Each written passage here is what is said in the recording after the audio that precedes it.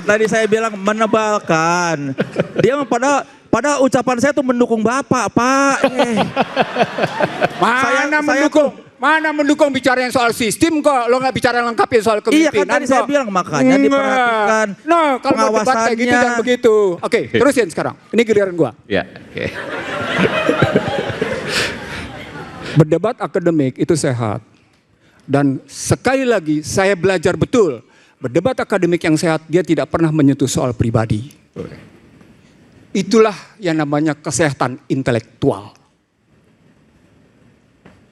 Belajar nih ya, kita belajar di sini. Dia sepanjang Ihsanuddin Nursi di atas panggung publik, lebih dari usianya, nggak ada persoalan pribadi gue singgung. Karena basis gue intelektual. Bukan pendekat praksis.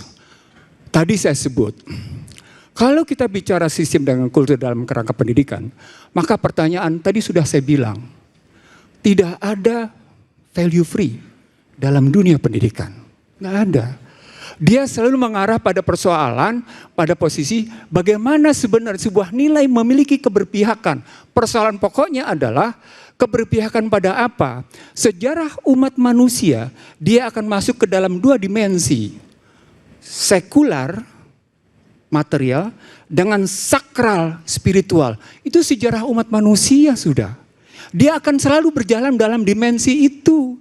Akan selalu terus baru runtunannya ke bawah punya kebijakan, strategi, fungsi dan instrumentasi. Kalau Anda memang tadi kalimatnya ya tentang kultur tadi pada budaya tadi adalah rujukannya pada realism, pada realism, maka Anda contohnya Anda akan masuk ke dalam kajian kenyataan, empirism as the flow. Empirisme sebagai sebuah arus berpikir, itu realism, itu fenomenologi. Itu akhirnya let the market play. Padahal dia tidak sepenuhnya begitu. Kalau pakai kajian Karl Marx, kalau pakai kajian struktural fundamental, dia tidak mau melepaskan sepenuhnya pada posisi let the market play. Karena di belakangnya ada pemain seperti pada perhitungan digital yang tadi saya kasih tahu sama Hauril Anam tadi. Bagaimana cerita tentang seluruh permainan digital itu ditentukan oleh kekuatan-kekuatan pihak tertentu. Contoh, siapa yang tidak tahu Trump pernah dikeluarkan dari Twitter? Pasti tahu semua. Saya ketika bicara SDGs, Sustainable Development Goal, siapa pemainnya tentang yang namanya pertumbuhan itu, YouTube gue cuma usianya 4 jam. Take down. Sekarang Anda bicara di YouTube atau di media sosial tentang LGBTQ, umurnya berapa lama? Menolak LGBTQ, sebentar. Menolak ya, kalau menolak sebentar umurnya. Bukan. Kalau Anda menolak LGBTQ, umurnya sebentar. Tapi kalau mendukung, langsung nggak apa-apa, nggak masalah. Itu soal pilihan nilai. Itu kenyataan.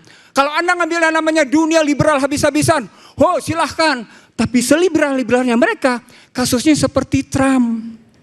Kasusnya seperti yang kemarin pedofil antara Jeffrey Epstein dengan cerita tentang pangeran dengan sejumlah tokoh-tokoh di Amerika. Netral? Nggak ada. Itu yang perlu kita belajar di situ bahwa sesungguhnya kesetaraan dalam konstruksi peradaban yang dilahirkan, ini logika berpikirnya. Sorry to say, ini saya berpikirnya agak nyeleneh.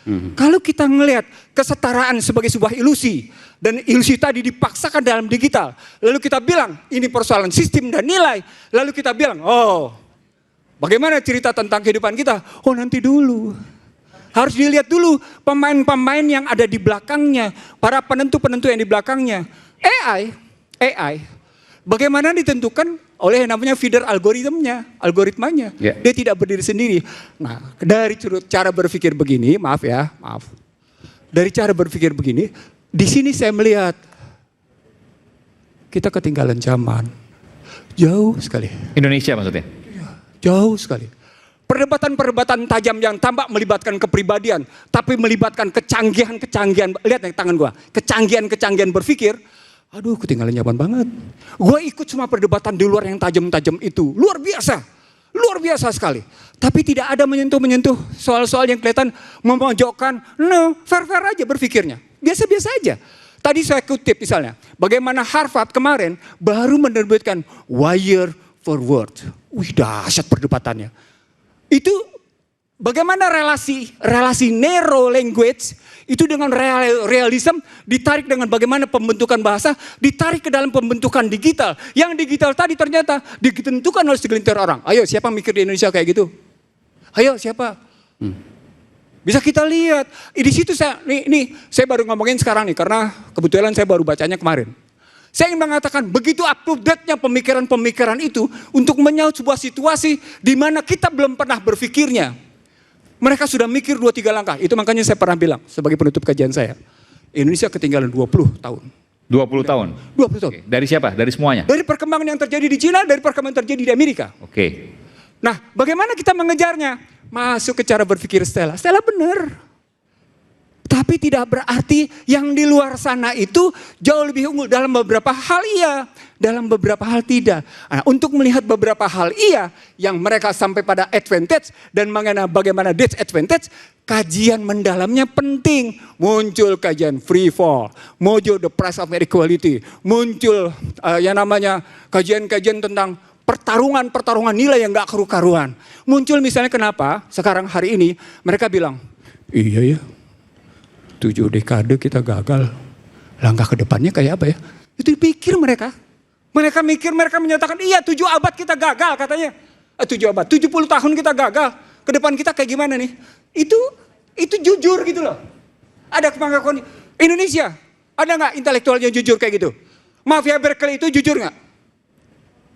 Fair. Mereka yang pernah berkuasa di bidang teknologi, mereka yang pernah berkuasa di bidang ekonomi politik, jujur nggak? Gua salah, karena itu gua ngakui redenominasi itu penting. Itu dong, jujur dong. Okay. Jangan memanipulasi, gitu loh.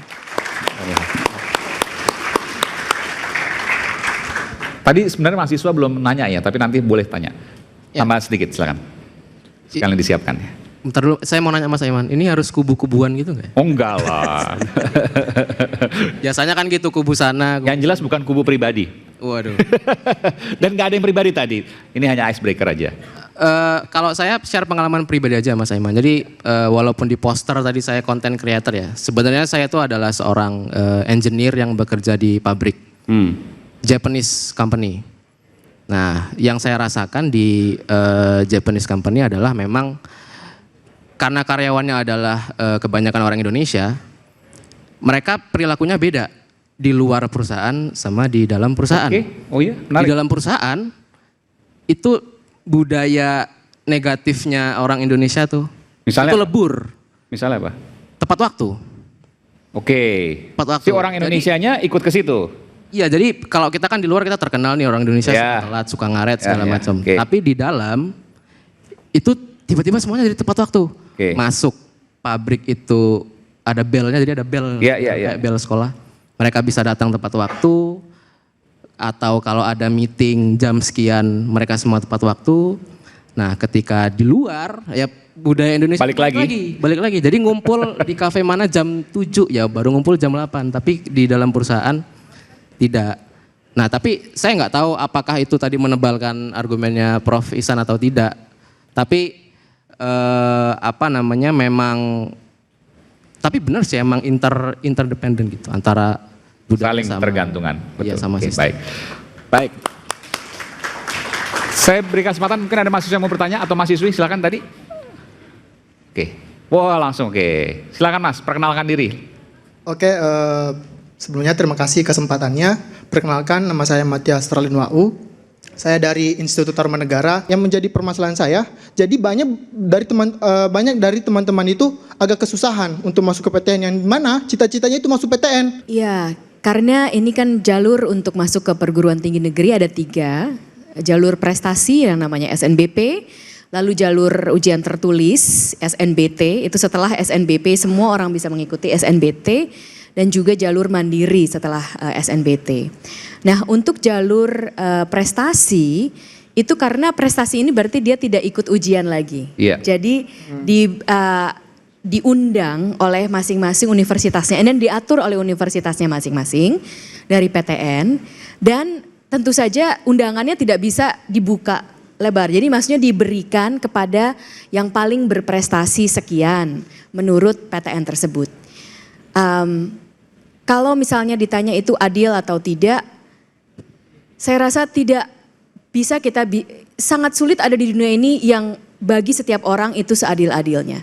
Tetapi kalau misalnya mungkin pertanyaan yang bisa kita tanyakan, tentu saja saya sangat mengerti keinginannya ya.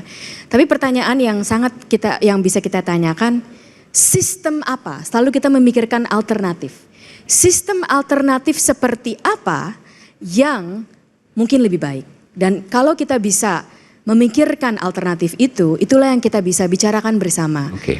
Jadi kalau kita hanya bicarakan sistem yang A ini nggak bagus, nggak adil, tapi kita belum memikirkan alternatifnya, saya rasa ini akan kita mungkin jalan di tempat. Tapi saya sangat mengerti. Tapi untuk secara pragmatis, agar kita juga kembali lagi jangan meredupkan peluang atau aspirasi dari adik-adik kita. Terima kasih untuk menanyakannya dari adik-adik kita yang akan masuk ke kuliah. Ini masih jalur untuk SNBT itu terbuka untuk semuanya. 100% kuotanya 100%, artinya siapapun asal nilainya masuk. Siapapun asal nilainya masuk. Bisa masuk, ya. Jadi nggak ada kuota itu. Tapi saya boleh bercerita satu, saya sangat setuju bahwa sebisa mungkin kita tidak membatasi, tapi terbalik kita membuka peluang. Itulah kenapa dari awal saya bilang tidak masuk bertengkar atau apapun, tetapi saya sangat mengetahui bahwa tugas kami adalah memberikan peluang sebanyak-banyaknya.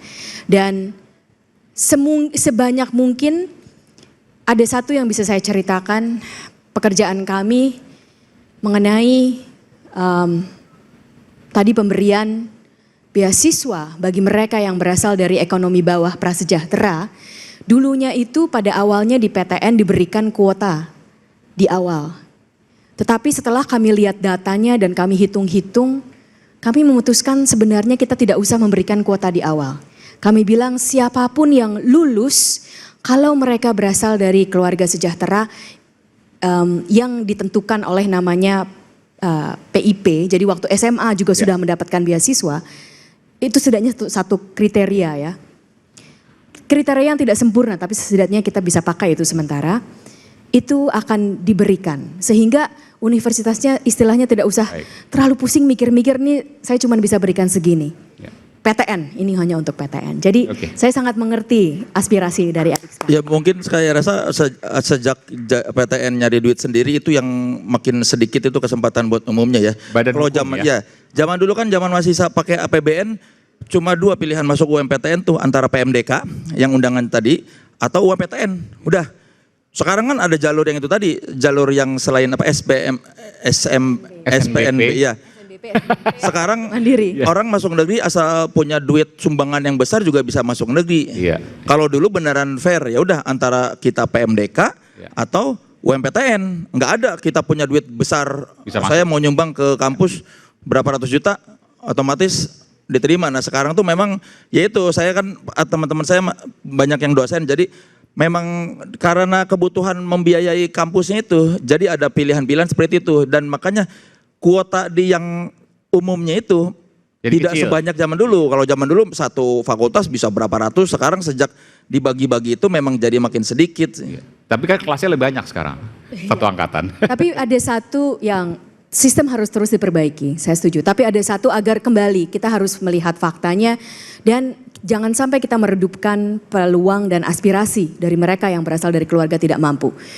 Dalam undang-undang dan peraturan dari Kementerian Pendidikan Tinggi Sains dan Teknologi itu diharuskan bagi PTN 20% dari siswanya, diharuskan 20% dari siswa-siswinya, dari mahasiswanya itu berasal dari keluarga tidak mampu. Jadi diharuskan 20%. Oke baik, terima kasih. Terima kasih. Ada ojol nganterin penumpang mahasiswa Untar, kapan ya saya bisa kuliah di tempat seperti ini?